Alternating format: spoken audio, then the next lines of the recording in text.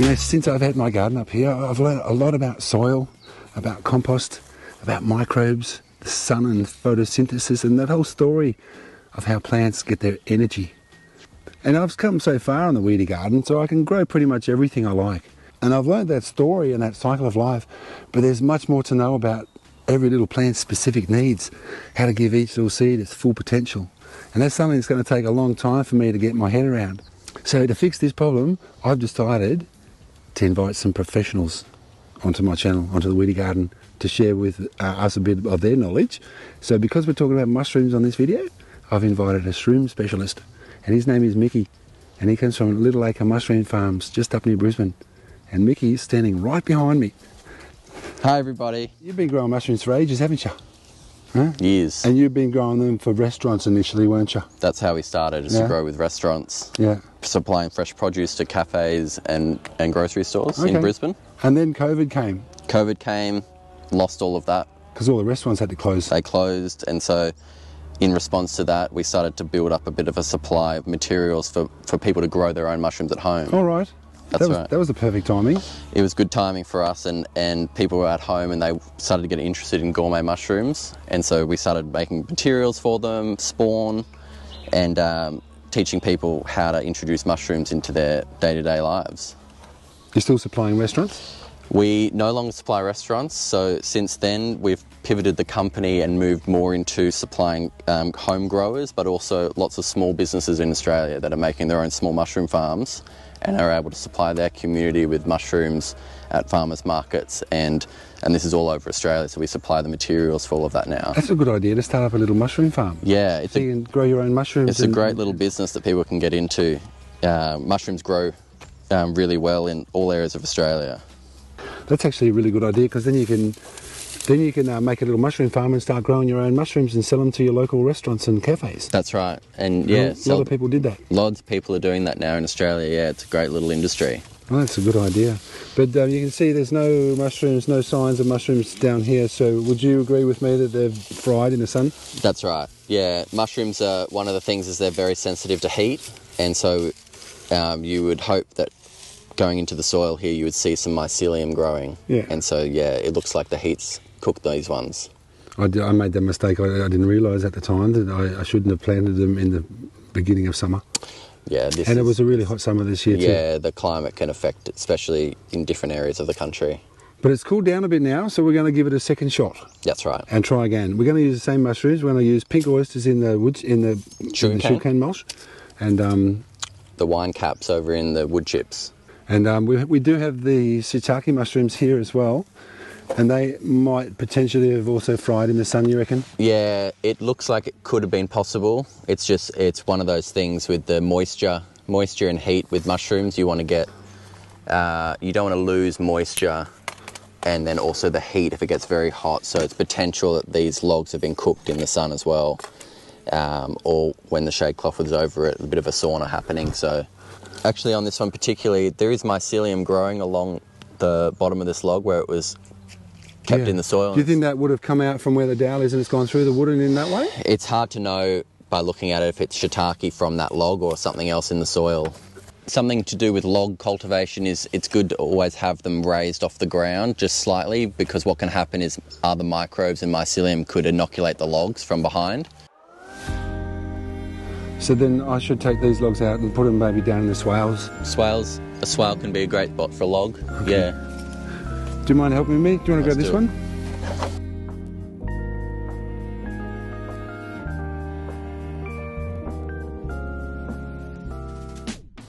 But chances are they're not going to come up. Chances are, yeah, that's right. Yeah, chances are they're already dead. Okay. Right, so now that it's cooled down a little bit in Australia, we're going into winter. It's probably a better time to plant them, isn't it? That's right. Yeah. Right. Best time.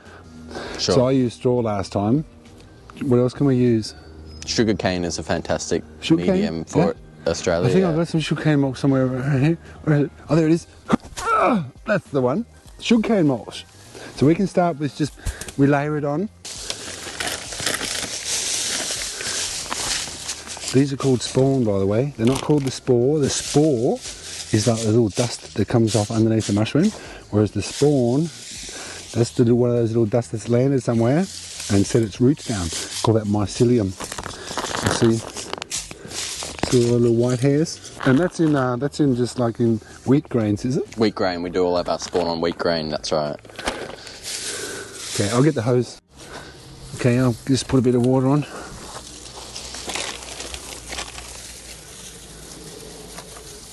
There's no need to soak it in a bathtub or anything, is there? Just water it on? Just water it on, just to get it nice and moist for the mycelium. We want to make this like a little lasagna, don't we? We're making a mycelium lasagna. All right, that's right. So layers of spawn, layers of sugarcane, we're going to build up a bed. Okay, so it's time for spawn then now. And it's best to distribute the spawn straight from the bag instead of putting your hand in. Ah, yeah. Good idea not to touch it. It's best not to touch it.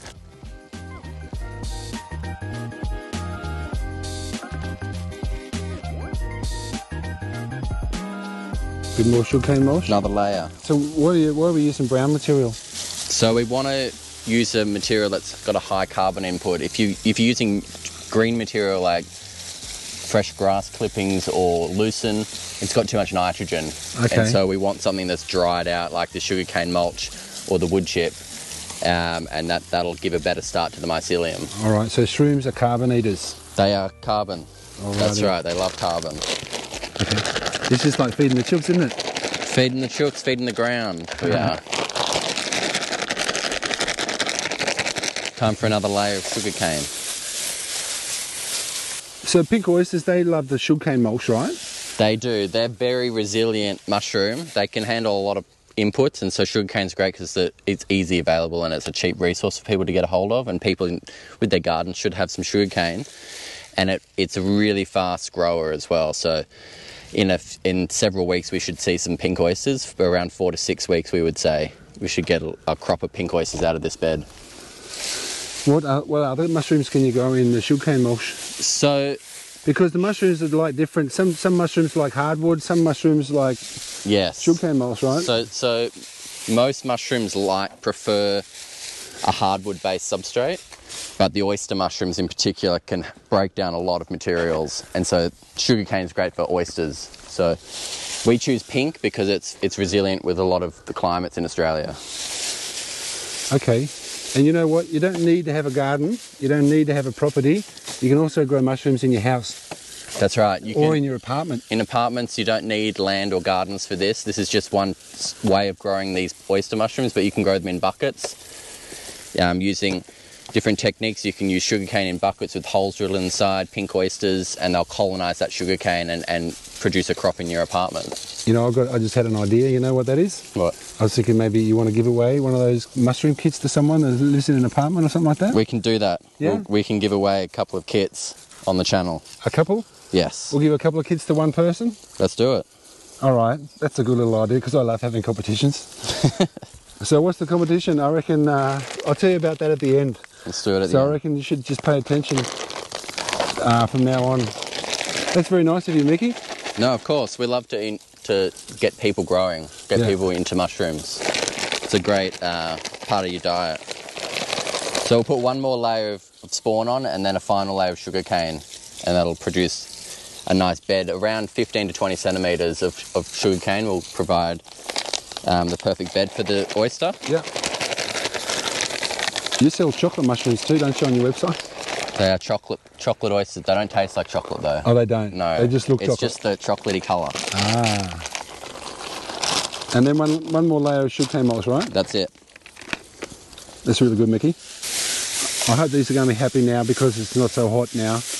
You know, we got up to like 36, 38 degrees this summer. Yeah, that's hot. That's really warm. Yeah, if the beds are getting over 30 degrees, that's when mycelium really struggles. Okay. Yeah, so if we establish these beds now, in the cooler months of the year, as it gets into summer, the mycelium will have become strong and in the soil bed, and so should be able to withstand stronger heat waves like this. Because the mycelium go down. They go down into the sugarcane, into the wood chip. As it decomposes that material, it sort of inoculates itself into the bed here.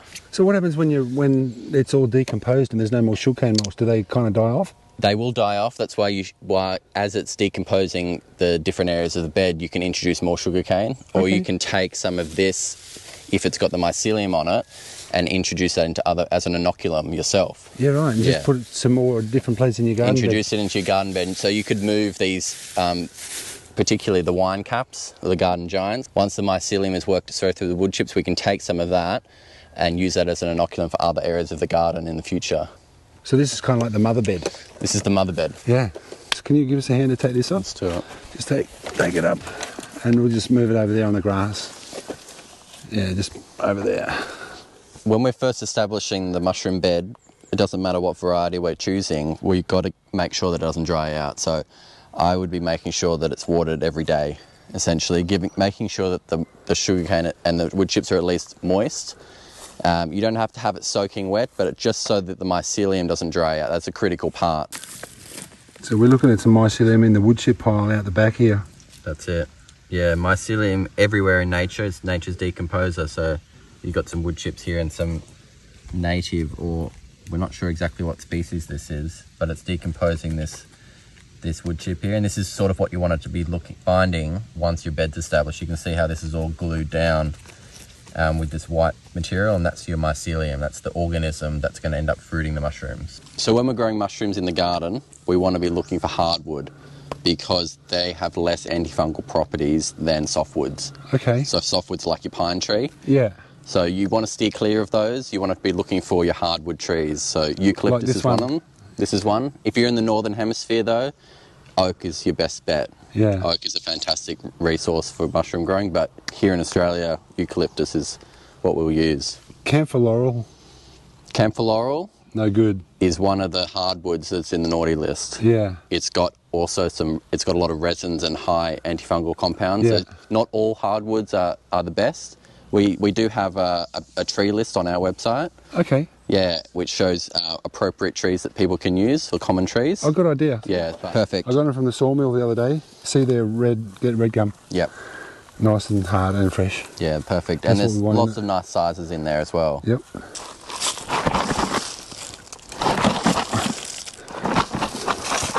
And spread it around a bit, maybe. Yeah. Oh, this smells nice, doesn't it? Yeah. That's good. So we'll introduce the wine cap, and the thing about the wine cap mushroom, which is different to the oyster, this one does need soil incorporated into the medium that we're growing on. So we've got the wood chips and the soil underneath. So this one can't be grown in an apartment. Okay. You need to have this out in your garden. Okay. So just like this. Yeah, right. So same process, just a light layer of spawn, and then we'll layer another layer of wood chips over the top. Yeah, just like you're feeding the chickens.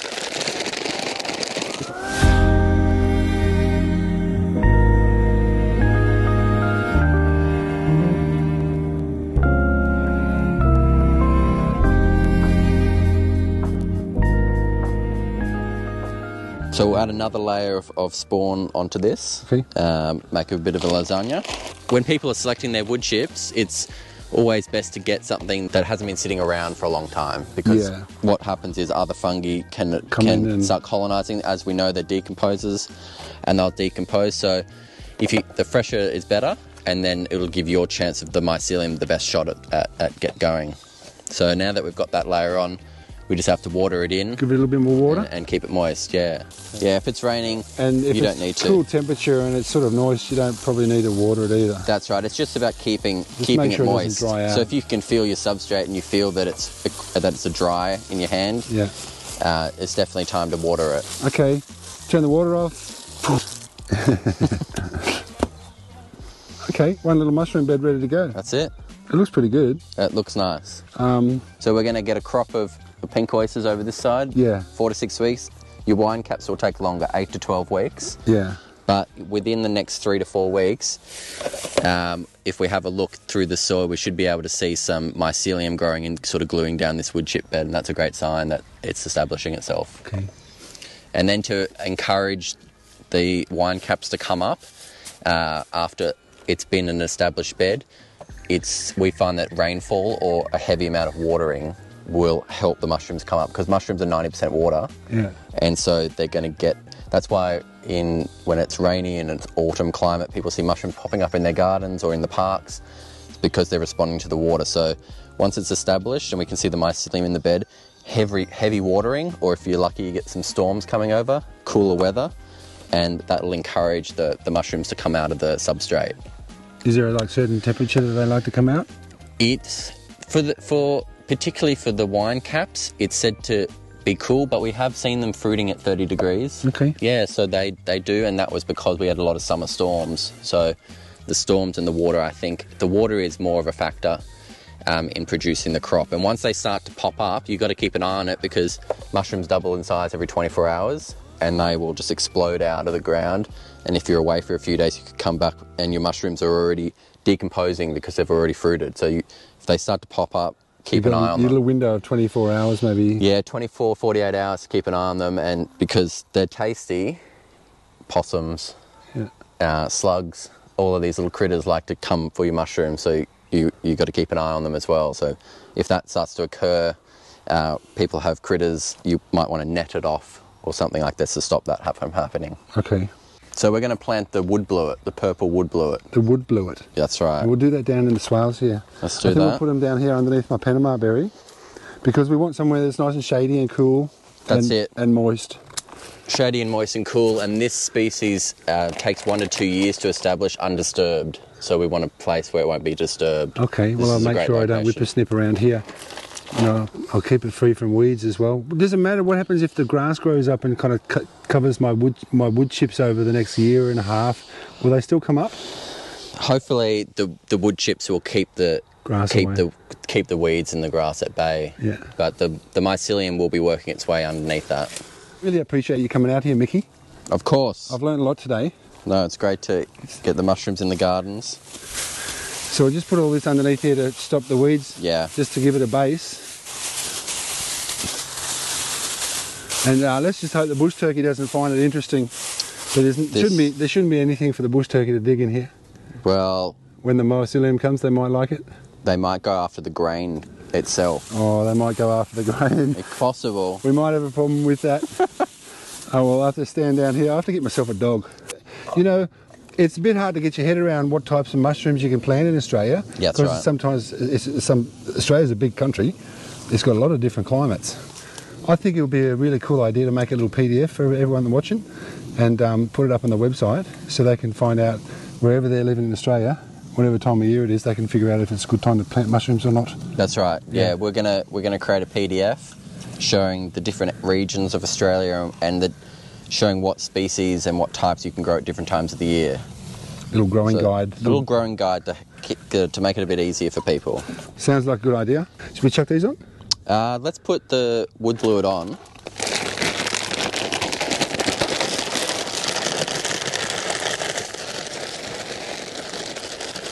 We'll put the wood chips on, and then we'll water it, another layer, another bale of wood chips. All right.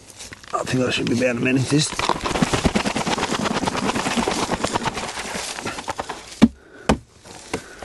Okay. And the wood bluet, it likes a bit of a combo. So that's why we've done a bit of sugarcane, a bit of wood chips. So they can handle, also, you could use like leaf mulch as well. Brown materials, a little bit of green material can also work with the wood bluet. Okay, so every now and again when I mow on the lawn, I can actually empty my grass clippings on top and spread them out, as long as they don't get too hot and muggy? Yeah, I think if you left the grass clippings until they just broke down a little bit, until that high nitrogen wore off, then you could sprinkle some on top. Okay. Yeah.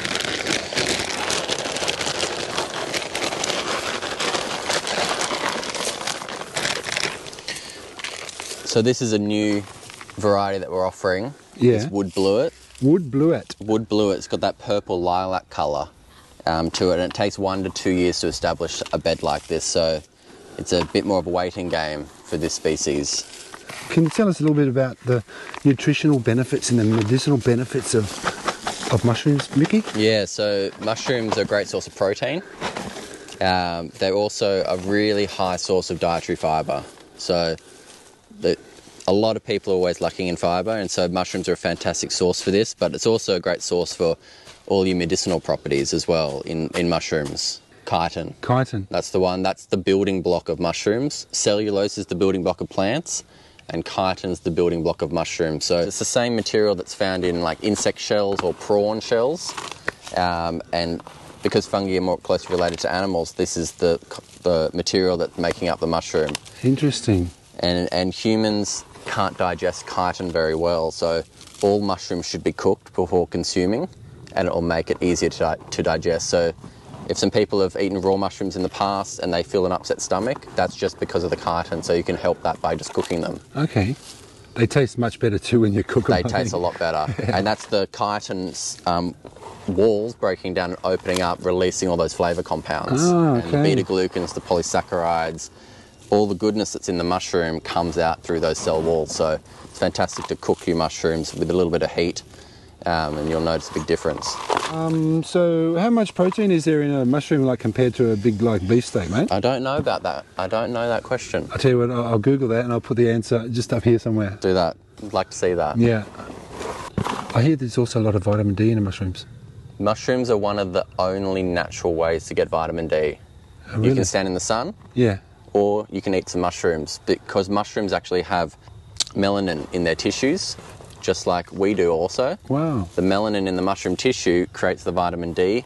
So if you slice up a mushroom Yeah. and place it out in the Australian sun, Yeah. it'll increase the vitamin D content. So just 15 minutes in the sun of a sliced mushroom will increase the vitamin D by 5 to 10 times in the Really? mushroom tissue. So yeah, Okay. it's a fantastic source of vitamin So D. you could actually live in the dark and eat mushrooms and you'd still be getting your vitamin D. You could, that's it. You could Yeah. definitely do that. Well, I think that's about it, I think, isn't it? I think that's it. I think we've done it. You've got 3 different types growing now. I got well, 3 that I put here. So 3 that you've inoculated here. I got lots of mushrooms growing in the garden, but I'm a little bit afraid to eat them because I don't know what they are. Yes. I'll have to get myself a mushroom book, I think.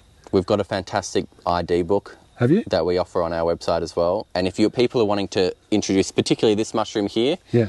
there's a lookalike species for the purple wood bluet. So it's really important to ID your mushroom before you eat it. Yeah. And so we have guides downloadable on our website, but also the wild mushrooming book is fantastic for people that want to explore a bit more in the foraging scene. I'll have to get that. Then I can identify some of these mushrooms.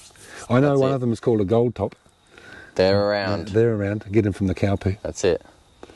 Well, thanks for coming out today. Of course. Really appreciate it. No, It was it's great good. to see your amazing setup here. Yeah. Yeah. And for those of you who are watching and wondering what the guessing competition is, I'd just like to say thanks, Mickey, No worries. for coming. And if you can tell me how many times I said Mickey's name, then you'll be in the draw to win the mushrooms. And we'll just pick out one of the comments that answers correctly. Perfect. All right, Mickey? No worries. That good Thank with you, Mickey? Perfect. Okay, we're finished with the mushrooms.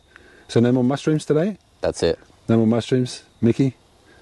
Do you think people are getting confused now? They're wondering, are these included in the? Is it now or after? Oh, up until the video says, Right until at I the say, end, right at the until I say, have a nice day, and I'll catch you later.